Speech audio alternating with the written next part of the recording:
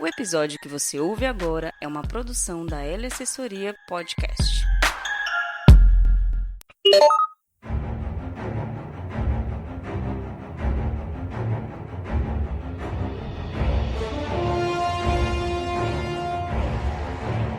Games em Ação. Tudo o que você quer saber sobre jogos, gamificação e educação. Tudo isso em um único podcast.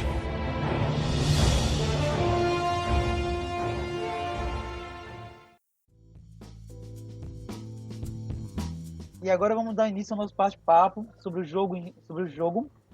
E antes de começar o processo de concepção, criação, produção do jogo em si, eu queria pedir para vocês imaginar como se fosse a Cícera, a principal personagem do jogo Árida, Backland Awakening, e narrasse um pouco da trajetória dela, como se estivesse jogando nesse momento.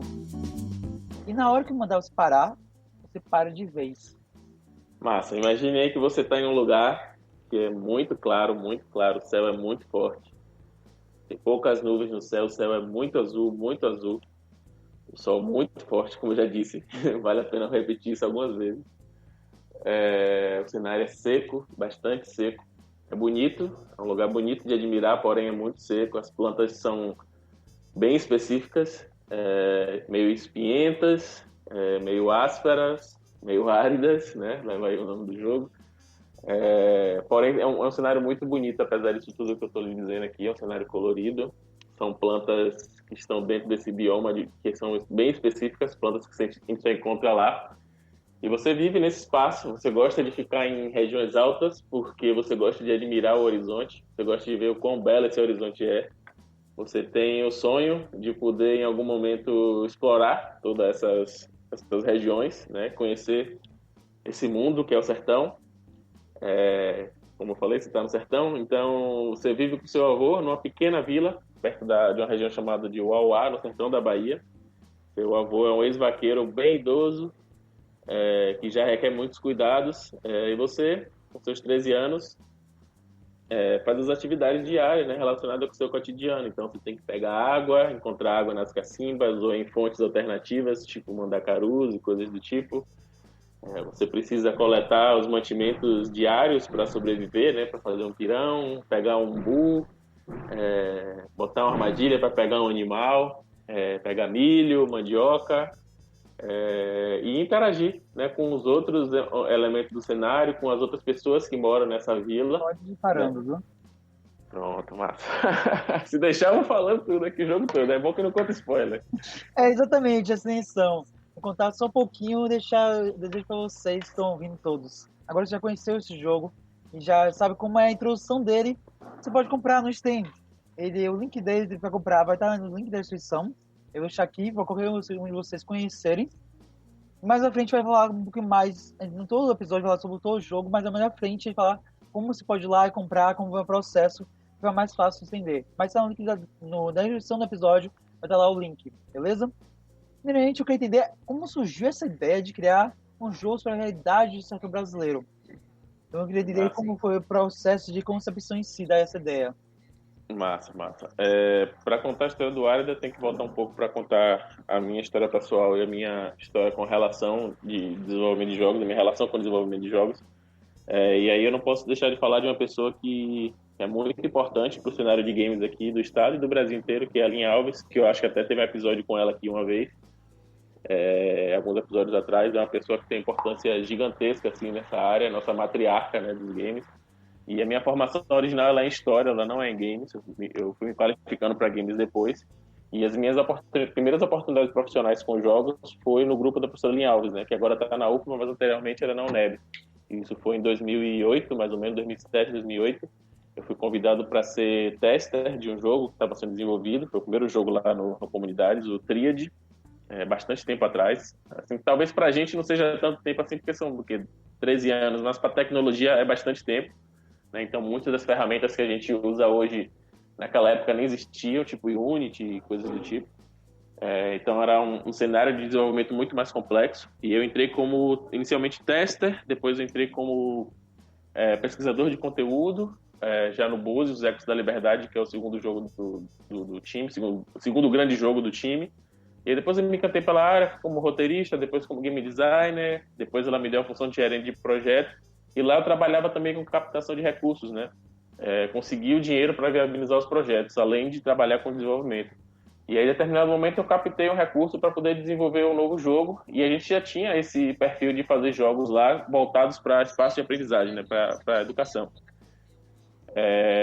E não era só história, né, porque a história é minha área, mas a gente fazia várias coisas. Tinha física, tinha matemática, e aí eu pensei, qual vai ser o próximo jogo do Comunidades? Daí eu pessoalmente, como historiador, tinha uma conexão muito grande com esse tema, com Sertão, com Canudos. A gente já tinha feito, como eu falei, o Tríade, que é sobre a Revolução Francesa, já tinha feito um jogo sobre a Revolução Industrial, já tinha feito um jogo sobre a Revolta dos Búzios, já tinha feito um jogo sobre a independência da Bahia. Vamos pensar em Canudos, vamos pensar em Sertão, que pessoalmente é um tema que me agrada muito. E aí eu captei esse recurso para desenvolver lá no Comunidades. Então tá essa curiosidade aí. O Árida inicialmente era um projeto do Comunidades, não era um projeto da OCA. Só que nesse meio tempo, o Comunidades ele mudou um pouco o perfil, né? Foi quando a professora Lin decidiu caminhar mais para o lado da formação, que aí foi quando foi gestado o atual curso de a graduação de jogos digitais, que a gente tem lá na UNEB. E aí ela meio que desarticulou esse grupo de desenvolvimento, só que eu já tinha captado o recurso, e ela sempre ficava me estimulando, cadê sua empresa? Faz sua empresa, você tem esse perfil de liderança de times e tal. E eu também já tinha trabalhado esse tempo todo com jogos voltados para a educação e queria fazer um jogo comercial, né? Queria ter uma experiência nessa parte mais de mercado e etc. Porque eu estava vinculado à academia, dava aula, pesquisava, fazia meu mestrado lá, mas sempre ia para os eventos mais de indústria e ficava muito nessa pilha de fazer algo, mesmo que tenha essa pegada mais histórica, mais institucional, mas que seja voltado para mercado. E assim aconteceu. Em 2016 a gente fundou a OCA, e aí eu fui me juntando com pessoas que eu já conhecia. Alguns trabalhavam comigo no Comunidades, e outros eu conhecia do relacionamento aqui na rede mesmo de desenvolvedores, na época a Bind, que é o coletivo de desenvolvedores. Foi até onde eu conheci o Vitor, que é meu sócio atualmente na OCA, e aí a gente começou, né? Então, de certa forma, a história do Árida e da OCA está muito vinculada à história do Comunidades da UNEB nessa área de jogos, né? Mas, conceitualmente, o projeto fala muito dessa vontade da gente se ver mais nos jogos, né? A gente ver coisas que são nossas nos jogos. Claro que a gente consome muita coisa que vem de fora, né? Quem tem essa relação com jogos digitais está muito acostumado a consumir conteúdos. Isso é massa, isso é muito legal, é repertório pra gente. Mas por que não fazer essa devolutiva, né? Por que não a gente falar sobre nossas coisas e eles consumirem lá? Então o Árida ele nasce muito desse desejo assim de a gente poder utilizar os jogos como plataforma de representação, de identidade, mas também internacionalizar um pouco a nossa cultura, né? Realmente, eu queria só fazer algumas citações. Sim, a Linha Alpo já participou do podcast. O primeiro episódio da Mulheres na Indústria de Jogos. Ela abriu essa série, foram 4 episódios. E o último foi lançado, o primeiro episódio foi lançado em março desse ano. Foi a Lin, foi a Érica e foi a Carol, lá de São Paulo. Eles participaram e falaram sobre como é ser desenvolvedora de jogos, como é ser mulher na área de desenvolvimento de jogos, como a mulher, o protagonismo dela, e os números de como é ser desenvolvedor de jogos nessa área e como é a questão da academia, do estudo, isso elas todas falaram, porque todas elas da área e elas mediaram esse bate-papo. Outra coisa que você falou que é muito importante, no bate-papo que eu tive com a Marina Pecoraro, que é da Abra Games, ela falou muito, bateu na tecla que a maioria dos estudos brasileiros não criam jogos para brasileiros, não criam jogos com a identidade cara brasileira. Ela foi quase um pedido que ela fez para todos os estudos começarem a pensar de ter uma identidade mais brasileira, porque a gente queria muito o jogo para fora. Claro, tem que ter muito mercado lá fora, mas como o seu jogo percebeu, seu jogo é um jogo real do Brasil, real dos sentimentos brasileiros se encontrar, porém tem uma nomenclatura, um nome para fora, toda a exposição que você vai contar mais à frente de mecânicas para fora, tudo isso você vai contar mais à frente, mas é um jogo da realidade dentro do Brasil, só que foi colocado dentro do Brasil como para fora. Exato. A Marina é uma grande parceira da gente. Ano passado a gente foi para a nossa primeira missão internacional lá na Gamescom, na Alemanha, e ela estava meio que chefiando essa comissão, né? Ela tem essa relação muito próxima com a gente, ajuda bastante a gente nesse processo da gente estar se internacionalizando. E ela sempre fala isso, assim, ela se manifesta assim como uma grande fã do projeto. E se uma pessoa que está em um lugar desse, assim, né, chefiando delegações brasileiras para missões internacionais, fala uma coisa dessa, com certeza ela sabe o que ela está falando, né? E eu acredito muito profundamente nisso, assim, porque, como eu falei, é muito legal a gente interagir com conteúdo de fora, mas por que não fazer essa devolutiva, né? E, assim, uma coisa que eu vejo muito é a gente, nessa ânsia de querer se estabelecer nesse mercado internacional, né? Porque o mercado de jogos é um mercado global, a gente não faz isso só para os mercados que a gente está efetivamente inserido. A gente fica, às vezes, tentando soar como gringos, né? Como empresas de fora para poder ser aceito lá, e às vezes eu questiono se esse é o caminho, assim. Porque, de repente, a gente está perdendo a oportunidade de fazer coisas que, de fato, sejam mais originais, assim, né? Uma coisa que a gente ouviu muito no início é que brasileiro não compra jogo brasileiro, né? E tem essa cultura que a gente só compra jogo AAA, que é jogo que é vindo de fora, e que se for jogo brasileiro com temática brasileira, aí é que o pessoal não vai comprar muito, não vai comprar mesmo. A gente ouviu muito isso no início, né? Isso deixava a gente bastante inseguro. Não que a gente esteja vendendo milhões agora, mas os resultados com Árida provam completamente o contrário, assim. Claro que vai ter ainda aquele perfil que, por histórico, está mais conectado com o que é produzido lá fora, mas tem muitas pessoas que se veem nessa mídia, como eu falei, se veem nesse espaço de interação e se sentem, assim, estimulados a jogar. O Árida, a gente vê uma coisa que é muito engraçada, é que por conta dessa identificação, até pessoas que não têm histórico com o jogo fazem questão de tentar jogar, assim, justamente por conta disso, né? Porque muitas vezes não ligam para aquele espaço ali, não ligam para aquele espaço de entretenimento, mas tipo, pô, beleza, mas isso aqui eu sei mais ou menos o que é, gostaria de ter essa experiência.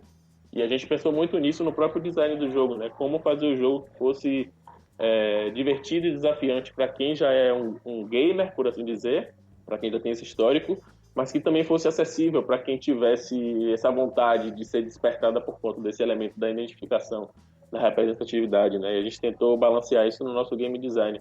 E pra gente eu acho que é muito importante. Eu defendo assim que é muito importante os desenvolvedores brasileiros ter isso em mente, assim, ter em mente que a gente pode em algum momento desenvolver uma forma, eu não vou dizer uma forma brasileira, porque dentro do Brasil são muitos Brasis, né? No Nordeste é uma coisa e dentro do Nordeste também já é muito diferente. Imagina a gente querer uma linguagem que seja nacional no Brasil inteiro, né? Mas eu acho que é importante a gente se provocar nesse sentido, assim, pensar em que medida a gente tentar copiar quem está lá fora, se isso é o melhor caminho estratégico. Acho que vale a provocação. E tem um outro elemento que a gente vive num país que é um continente praticamente, né? Se a gente encontra as melhores formas de atingir esse público aqui, né, um público consumidor que ainda não está devidamente explorado, né? Então, acho que são desafios que ficam para a gente aí nos próximos anos, assim, né? Tentar criar conteúdos que sejam com essa pegada, com essa marca nossa, para poder a gente se posicionar bem lá fora. Mas, claro, com jogos bons, acho que só o tema não basta. Eu não acho que só você escolher o tema seja o suficiente. Antes de mais nada, o jogo é jogo, ele precisa ser um jogo bom. E depois que a gente conseguir essa pegada lá fora, também pensar nessa questão daqui, né? Atingir o público daqui, né? Em que medida a gente pode, de certa forma, ter mais contato com esse público consumidor, porque é muita gente que a gente tem aqui. Se a gente conseguisse vender só no sertão, só no Nordeste, pra gente já tava de boa, assim, né? Do ponto de vista de quantidade de gente, né? E foi exatamente isso que a Marina falou. Ela falou toda essa apresentação que precisa ter, e ela falou que a maior parte das surges são dessa forma. Mas eu queria entender agora mais sobre o jogo em si. Eu queria entender quais são as principais mecânicas de game design que são utilizadas no jogo. Você já começou a introduzir isso, já falou sobre a questão do desafio, já falou que o jogo foi todo moldado para ser um jogo que remetesse quanto ao externo, com o que se vem da demanda externa no mundo internacional, mas também que essa origem brasileira do sertão, mostrar essas propriedades brasileiras. Eu queria entender qual mecânica você utilizou para mostrar esse todo o processo do jogo. Perfeito. Como eu falei, a gente teve a escolha do tema como sendo o pontapé inicial do projeto, mas a gente ficou sempre muito preocupado em como fazer o sistema, o game design do jogo respaldar tudo isso, né? Porque, como eu falei, não bastava só ter a casca da temática e das questões políticas. A gente queria pensar também o game design de forma que não apenas fosse bom o suficiente para poder vender a experiência por si, mas que também amplificasse, que retroalimentasse essa questão do tema, né? E a primeira coisa que veio de uma forma muito natural, conceitualmente falando de game design, foi a questão de associar as mecânicas de survival com o ambiente de sertão, né? Eu acho que é uma coisa um tanto quanto óbvia, é aquele tipo de coisa assim que a gente olha e tipo, poxa, como é que ninguém nunca pensou nisso antes? Porque, de fato, existe uma metáfora mecânica, por assim dizer, né? Conceitualmente, que é de associar essa escassez do sertão, tanto de questão de líquido quanto questão de alimento sólido, e conectar isso com as mecânicas de fome e de sede. Assim. Então, acho que esse foi um primeiro elemento assim, que norteou, e a gente escolheu o Survival por conta disso. Também tem uma questão que é de mercado. Na época que a gente começou a conceber o Survival estava bastante em voga, né, na indústria, e isso é interessante a gente perceber o quanto influencia, mesmo que de forma subjetiva, mas influencia. A gente seguiu por esse caminho do survival como sendo uma forma de comunicar esse elemento que é muito presente, né, porque viver no sertão é muito disso, né, muito da sobrevivência.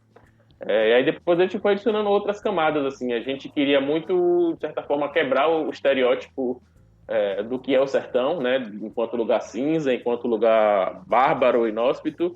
E para isso a gente queria mostrar o quanto o sertão é rico. Então, qual é o elemento mecânico que a gente pode comunicar isso? É adventure, é a exploração. É você se sentir desafiado a conhecer esse ambiente, né? Conhecer esse bioma, conhecer a cultura, conhecer as pessoas desse lugar, né? Só que aí a gente tinha um confronto, né? Um conflito mecânico que você não pode andar muito, não pode explorar muito, porque você precisa se resguardar, mas você quer conhecer esse ambiente, né? Então, a gente, no início, do ponto de vista de game design, teve bastante dificuldade de como articular isso, né? Porque, analisando assim agora só no papel, digamos assim, né? Nesse plano mental, são duas perspectivas que não se comunicam tanto, né? Você, de certa forma, se resguardar porque você tem pouco recurso e você querer andar loucamente no cenário para conhecer, né? E a gente demorou um tempinho para poder encontrar esse meio termo, de como reproduzir essa intenção mecânica, essa intenção narrativa. Então a gente começou nessa perspectiva do survival, depois foi para a exploração, e aí depois foi para outros elementos que para a gente era muito importante, porque a gente não queria que fosse um survival exclusivamente mecânico, que muitas vezes é o que acontece, né? A maioria dos survival, não todos, do ponto de vista de game design, ele tem muito aquela coisa de sobrevive o quanto você pode, né? No sentido de quanto mais tempo você consegue ficar e quantos dias você consegue superar. E a gente não queria que o Arida fosse exclusivamente sobre isso. Claro, isso está dentro da proposta, mas a gente queria mais contar a história, né? A gente já concebeu o Arida muito pensando numa perspectiva transmídia. Nesse momento a gente só tem fôlego para fazer o jogo, mas desde o início a gente concebeu pensando em ser transmídia e a gente sabia que a gente queria contar a história. Storytelling era algo muito importante para a gente, né? Então, em cima disso, a gente foi botando outros elementos que reforçassem essa perspectiva do storytelling, né? Então, dar profundidade para personagem. No caso do jogo 1, a questão das quests, né? Os colecionáveis, então todos os elementos que de certa forma aumentasse a curiosidade do jogador em relação àquele universo, né? Para que as pessoas que já conhecessem o sertão se sentissem ainda mais identificadas, no sentido de ver coisas que elas conhecem, não apenas os elementos de texto, culturais, mas também itens específicos, né? Um cacimba, um mandacaru, mas que também isso fosse um elemento de estranheza, mas estranheza positiva para quem é fora desse nosso espaço aqui, né? Quando a gente vê os gringos jogarem e tentarem entender o que é as coisas, e muitas vezes pesquisar por essas coisas, então a gente viu que o caminho da gente foi bom. E, por fim, um outro elemento que para a gente é muito importante, que tem muito a ver conceitualmente com o período do sertão, até hoje, na verdade, mas na época especialmente, é a questão da oralidade, né? Da conexão entre as pessoas, desse senso de comunidade, porque é algo que é muito importante para Canudos, né? Ela vai chegar em Canudos em algum momento, então essa questão de ter o diálogo, de ter essa relação entre as pessoas da vila, isso para a gente era algo muito importante, assim, esse lado mais humanista, digamos assim, né, do projeto, para a gente queria que saltasse. Claro que tem muitas outras pequenas decisões, né, no processo de design, mas eu diria que os 3 pilares principais são esses, assim, o survival, o adventure e essa lógica mais narrativa e conteudista, por assim dizer. Né? E desses 3 grandes vetores, assim, a gente está criando esse formato árida, né, de interagir com jogos, assim. Né? Acho que o resultado principal é uma contemplação mais, assim, né? Porque por mais que você esteja uma urgência do ponto de vista de sobreviver, também tem muito de você sentir aquele ambiente, de você viver aquele setting, viver aquele espaço. E como o área deles são muitos jogos que a gente tem planejado aí, a gente está também aprendendo nesse processo, né, como fazer isso da melhor forma. Eu só fico imaginando como foi o processo para construir tudo isso. Imagina quantas vezes você errou, quantas vezes você teve dificuldades, quando precisar você deve ter tido nesse processo de construir esse jogo. Porque tem muitos elementos na história dele. Tem muita, não somente a mim, mas muita perfeição de entender qual é a história real do sertão, do nosso sertão brasileiro, nosso sertão que a gente vive aqui, não só na Bahia, que a gente está gravando, porém da todo o Nordeste, em modo geral. Então eu queria que você listasse 3 dificuldades e 3 principais aprendizados que você teve durante toda essa trajetória de produção do jogo. Tá, massa. Eu também acabo falando muito, se eu me esquecer de cada uma das 3, você me fala, mas eu vou tentar lembrar sempre que são 3, tá? Você me ajuda aí, eu vou falando, você vai anotando, tá? A primeira dificuldade que a gente teve, eu acho que foi a questão da pesquisa, assim, do conteúdo. Eu não vou nem colocar como dificuldade, porque, assim, como eu falei, é a minha formação original, então é algo que eu faço com muito prazer, assim, né? Essa parte de levantar conteúdo. Mas eu coloco como dificuldade porque pra gente isso foi algo muito sério, assim, desde o início, assim. A gente não estava fazendo trabalho historiográfico com Árida. Isso eu tinha convicção desde o início. Eu não tinha esse rigor acadêmico com Árida.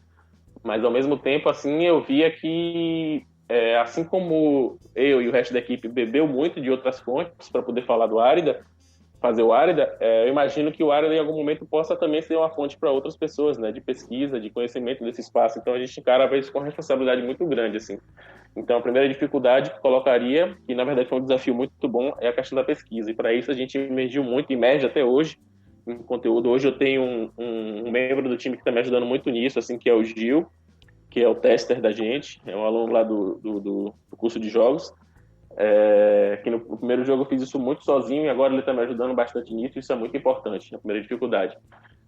A segunda dificuldade é essa questão eu diria, mais técnica mesmo, assim, né? Que envolve tudo que eu falei do ponto de vista do design, de chegar nessa fórmula, que a gente ainda está buscando, né? Não tem essa fórmula de forma concreta, mas, claro, o trabalho maior é tirar isso do papel e gerar um produto. Agora, de certa forma, com o produto a gente vai moldando isso, né? E moldando isso também para o tempo que a gente vive, porque a gente lançou em agosto de 2019 o primeiro. Quando a gente lançar o próximo no ano que vem, já não, o mercado já é outro, então você vai tendo que criar novas demandas para os jogadores e tudo mais. Então acho que essa questão técnica de viabilizar esse espaço interativo é uma coisa, e aí eu coloco no repertório as questões de criação mesmo, assim, porque foi para a maior parte do time o primeiro jogo 3D, então a gente teve enorme dificuldade com questão de otimização, questão de modelo, de animação, de criar level design. Eu, além da parte de pesquisa, de gerenciamento do trabalho com level design, então a concepção do mundo sou eu que faço ali os espaços interativos, escolher os ambientes e tal. E foi o primeiro level design em 3D que eu fiz, eu sempre tinha feito level design em 2D, então acho que para todo mundo na equipe, o porte do jogo foi um grande desafio, assim. E uma outra dificuldade que eu acho que a gente teve para fechar as dificuldades foi, e isso daí a gente tem um orgulho muito grande, foi superar um pouco o estigma de jogo educativo, assim. E eu não falo isso com mágoa, com ressalva, nada disso, assim. A minha trajetória, ela vem muito desse espaço, né, de jogos voltados para a educação e tudo mais. Eu tenho um extremo orgulho disso, mas pelo fato do Árida ele ter uma pegada comercial diferente, no início as pessoas olhavam, não entendiam, beleza, é um jogo que tem uma cara de jogo de mercado, é um jogo que parece ser legal, mas fala de um tema que a gente não vê. Isso aqui não é comercial, isso aqui é educativo. E no começo a gente era muito colocado nessa prateleira, assim, né? E eu sinto que com o passar do tempo a gente foi quebrando essa barreira, assim, e as pessoas começaram não todas, né, mas pelo menos que tiveram contato com o jogo, começaram a aceitar que é possível ter jogos comerciais com alguma qualidade e que falem da nossa temática local, assim. Eu acho que a gente ter superado isso pra gente foi a gente ainda é muito confundido nesse sentido. Muitas vezes quando a gente vai fazer entrevistas, coisas do tipo, as pessoas não focam tanto no jogo e focam um pouco na temática, né? E no sentido de, como isso pode ser aplicado à educação e tudo mais. E esse não é o nosso foco, apesar de a gente entender que o jogo pode ter aplicação institucional. Mas acho que essa foi uma dificuldade que a gente conseguiu superar, né? Foi de sair desse lugar de ser taxado de uma coisa, mas a gente, de certa forma, eu acho que a gente está abrindo portas, assim, no sentido de as pessoas enxergarem que os nossos conteúdos culturais também podem ser internacionalizados e podem ser voltados para o entretenimento, né? Essas foram as três dificuldades. Eu acho que vou conectar em relação à última coisa que eu falei aqui agora, que é a gente começou com uma perspectiva do que era a indústria e agora a gente tem outra completamente diferente, no sentido do que é fazer business, do que é mexer com dinheiro, do que é atingir jogadores de áreas distintas, assim. Eu acho que isso a gente evoluiu muito, muito, muito mesmo, assim, no último ano, né? Até um pouco antes do lançamento, até agora esse pós-lançamento, porque o lançamento é uma parada muito louca, assim, né? Foi o primeiro grande lançamento de todo mundo do time, a gente imagina, depois que lançar o jogo tá de boa, né? Vamos partir pro outro.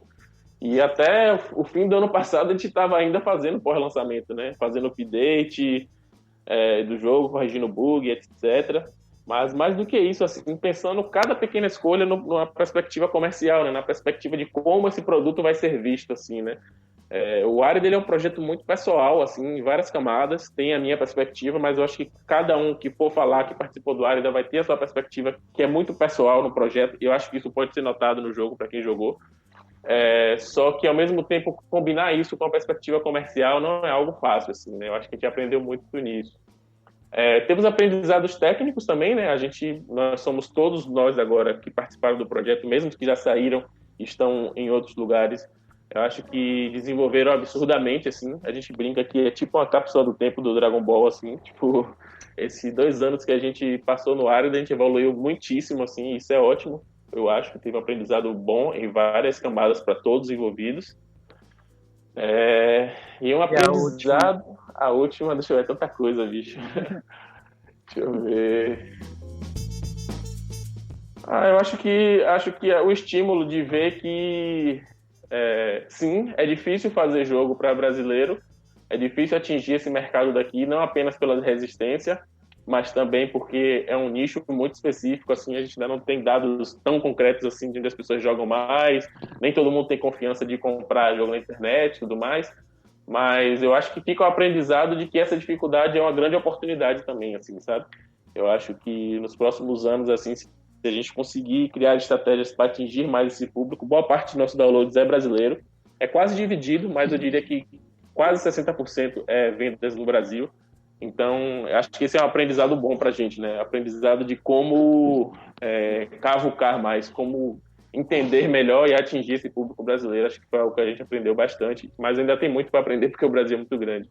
Já finalizando já o processo, a gente aprendeu qual foram os aprendizados e dificuldades nesse processo todo de construção. Ele é um jogo muito comercial, porém ele tem uma carga, sim, educativa e corporativa e pode ser apresentado. E para finalizar, ele sim é comercial, sim ele é vendável, qualquer um pode comprar, sim, todo mundo vai se divertir, ele é para o mundo. Só que eu queria entender um pouquinho mais de como ele pode ser usado em sala de aula e como ele pode ser usado no ambiente corporativo. Essa é a última pergunta para finalizar, e aí seguir para outros projetos ou bate-papos que a gente vai divulgar mais à frente. Perfeito. Assim, como eu falei, a gente não teve isso como um norte para o projeto, assim, porque quando a gente fazia jogos ou comunidades, eu acho que cada pequena escolha era muito pensada na perspectiva pedagógica, né? Não apenas na questão do conteúdo, como também na questão de como isso ia ser aplicado nos espaços, né? Então, tipo, como seria a avaliação, onde é que entraria o professor e tudo mais.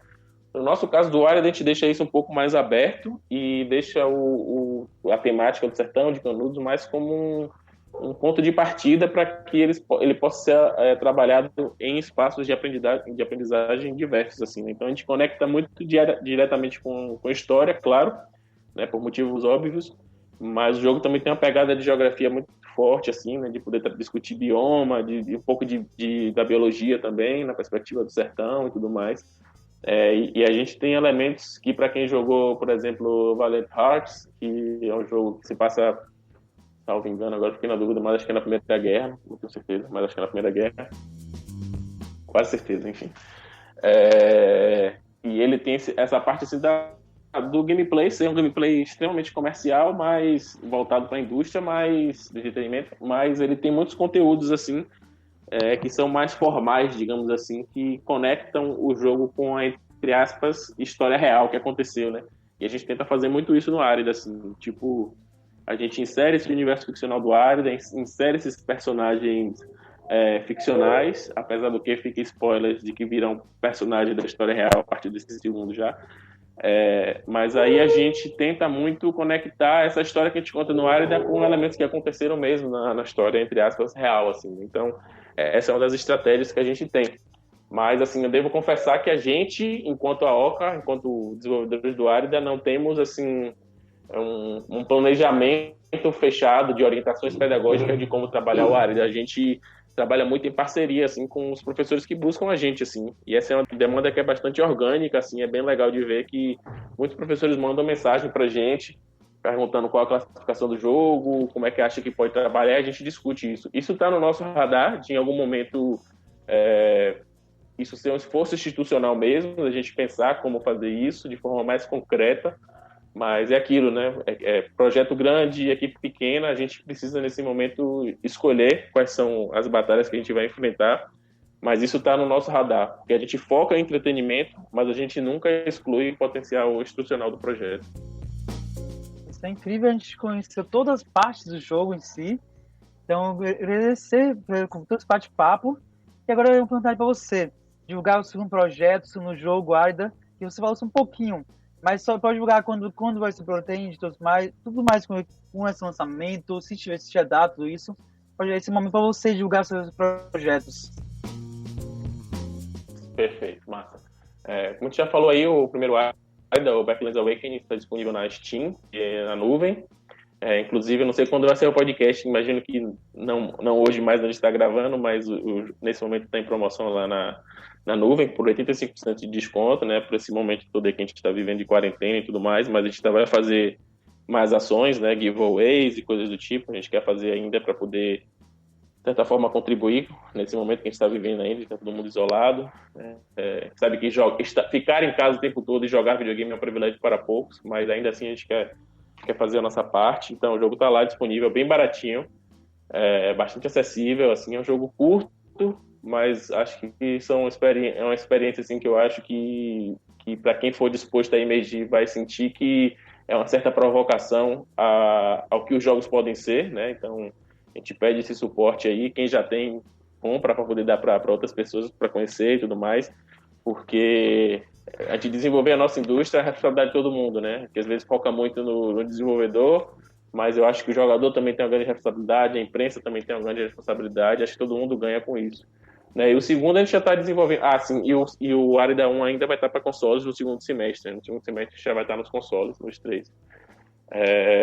E a sequência, que é o Árida Rise of the Brave, que não é exatamente uma continuação, mas é a utilização do mesmo espaço ficcional em um jogo que já é com outra pegada. Assim. É ainda survival, é ainda adventure, mas assim, muito da ampliação da nossa competência já vai estar nesse segundo jogo, então já é um jogo maior, já é um jogo com mais mecânicas, a gente quer explorar o que a gente viu que a gente faz bem, a gente quer melhorar o que a gente viu que a gente não fez tão bem assim, e nesse momento o que vocês podem fazer em relação a esse segundo jogo é ir lá na Steam, colocar o jogo na lista de desejo, para quem tem familiaridade com essa logística, tipo você fazer a conta lá na Steam e sinalizar para a plataforma que você tem interesse. Isso daí para a gente que está nessa fase de pré-lançamento é algo assim que eu não consigo nem dimensionar para vocês o quão importante porque quanto mais a gente tem números na wishlist, mais o algoritmo da página coloca a gente em evidência, né? Então é muito importante para a gente que a gente consiga um número alto de wishlist antes de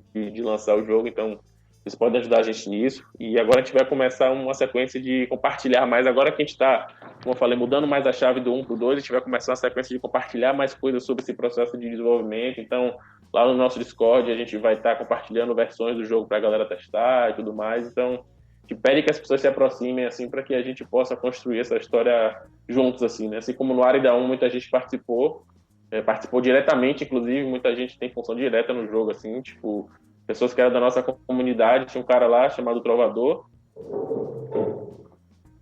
e ele é da área de literatura, então ele pediu para poder revisar os cordéis da gente, e ele tem essa participação em outras funções, assim, a comunidade é algo muito importante para a gente, né? Então a gente pede que as pessoas se conectem, assim, participem desse processo com a gente, e a previsão de lançamento do próximo jogo é início do ano que vem. Eu queria fazer um agradecimento à assessoria que está aqui assessorando todo o processo de gravação, tudo isso, e também agradecer ao podcast do Nendê, que é uma iniciativa de podcast da Bahia, que é o intuito de aumentar a mídia. Hoje já estamos com 42 podcasts, que aumenta cada vez mais, criado por baianos, com toda a categoria e toda a emoção e qualidade de ser baiano e criar conteúdo para o mundo inteiro, que a gente não cria somente para o Brasil, mas já está em diversos países. Eu aqui já tenho ouvintes de 8 países, mais ou menos. Claro que não são todos os episódios ouvidos por 8 países, mas sim, a gente tem ouvintes nos Estados Unidos, ouvintes na Espanha, na Portugal, na Argentina e outros países diversos. E se quiser me convidar para palestras ou conhecer mais sobre a produção em si do podcast, pode seguir o E-Games em Ação. Ou pode ir no site do Spreaker, ver nosso site oficial lá do podcast, e aí procurar no Spreaker Games em Ação, que você encontra e vê principais informações sobre o podcast. Beleza? E vamos para a próxima Game Over.